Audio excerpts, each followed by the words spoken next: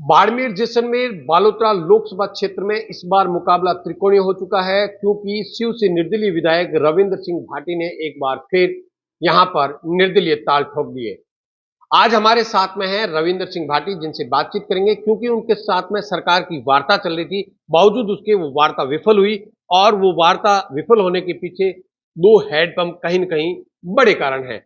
हम बातचीत करेंगे कि किस कारण ये सारी चीजें घटनाक्रम हुआ और रविंद्र सिंह को चुनावी मैदान में क्यों उतरना पड़ा। जनता का आदेश था। जनता के आदेश की पालना करते हुए बाड़मेर, जैसलमेर और बालोतरा के हमारे 36 कौम के लोगों का ये आदेश था कि आगे आओ, चुनाव लड़ो, मजबूती से इस क्षेत्र की बात करो, इस क्षेत्र के विकास के लिए लड़ो। तो मैंने उनके आदेश की पालना करते हुए मैंने आगे कदम बढ़ाया। रविंद्र सिंह जी को क्यों लगा कि बाड़मेर जैसलमेर बालोतरा जो लोकसभा क्षेत्र है, यहाँ के जो सांसद बन के गए उन्होंने आवाज नहीं उठाई? ये मैं नहीं कहता, ये जनता कह रही है। आज किसी को भी अगर आप पूछेंगे कि साहब क्या हुआ, तो वो कह रहे हैं कि साहब वापस तक नहीं आए कोई। हमने वोट दिए, बड़े लाड कोड से यहाँ से जिता के भेजा, यहाँ से बेटा बना के भेजा, पर वहां जाके वो नेता बन गए। हमें कोई हमारा बेटा चाहिए जो हमारी बात को, हमारे सुख दुख को देश की सबसे बड़ी पंचायत में रखे। तो उस नाते उन्होंने मुझ पर आशीर्वाद जताया है और मुझे कहा कि आगे आके लड़ो, और मैं आज के समय में उनके हक और अधिकारों के लिए लड़ रहा हूँ, और मुझे विश्वास है आने वाले चुनाव के अंदर भी उनका पूरा साथ और सहयोग मिलेगा। कहीं रविंद्र सिंह भाटी भी तो नेता नहीं बन जाएंगे संसद जाके? अगर नेता बनना ही होता तो वो जयपुर जाके भी बन लेता। अगर नेता बनना ही होता तो वो पैदल अपने गांव गांव ढाणी ढाणी क्यों जाता। अगर उसे नेता बनना ही होता तो वो स्कूल के लिए और एजुकेशन के लिए नए नए फॉर्मूले क्यों ले आता। अगर नेता बनना ही होता तो रात और दिन इन लोगों के लिए, इन लोगों के बीच में क्यों रहता। मैं नेता नहीं, मैं बेटा बनने आया हूँ, और मैं बेटा बन के ही रहूंगा, ये विश्वास दिलाता क्या उम्मीदें हैं? क्योंकि लोगों का ये भी आरोप है, कई राजनीतिक पार्टियां हैं जो आरोप भी लगा रही है कि 3 महीने में क्या कर लिया। कई बड़े बड़े नेताओं ने ये भी आरोप लगाया कि मात्र 2 हैंडपंप। तो आपको लगता है कि लोकसभा में जाने के बाद में और जनता आपके ऊपर विश्वास नहीं करेगी?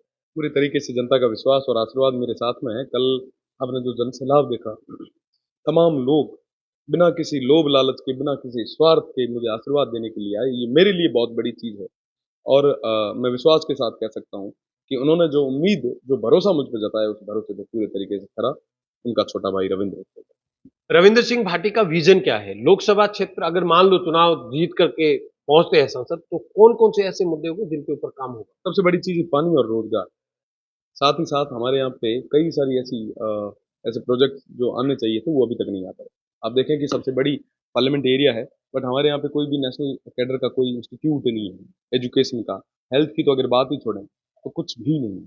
तो मैं तमाम उन चीज़ों को यहाँ पे लाना चाहता हूँ, और साथ ही साथ में सबसे बड़ी चीज़ कि इन युवाओं को रोजगार की एक लड़ाई, और इनके इनकी ये जो विषय है, इनको देश की सबसे बड़ी पंचायत में। युवाओं के रोजगार को लेकर के कई नेता आते हैं, कई नेताओं ने भाषण भी दिए और युवाओं की बात करके वो सत्ता में भी पहुंच गए और बड़े नेता बन गए, लेकिन युवाओं की वाजिब मांग थी वो अब तक भी अधूरी है। बिल्कुल, आपकी बात सही है। इसीलिए इन युवाओं ने कहा कि हम इस बार नेता नहीं, हमारे भाई को चुनेंगे।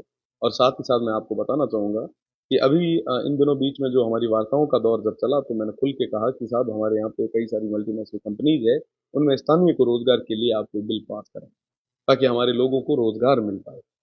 आप रोजगार देंगे, आप उनको आगे बढ़ाएंगे, तभी तो हमारा ये देश आगे बढ़ पाएगा। इस बॉर्डर को अगर आप मजबूत करना चाहते हैं, तो सबसे बड़ी चीज़ कि आने वाले भविष्य को हमें मजबूत करना है, तो हमारे युवाओं को रोजगार ज़रूरी है। और मैं विश्वास के साथ कह सकता हूँ, आने वाले समय में इस चीज़ पे काम करेंगे और इसका परिणाम आपको मिलेगा।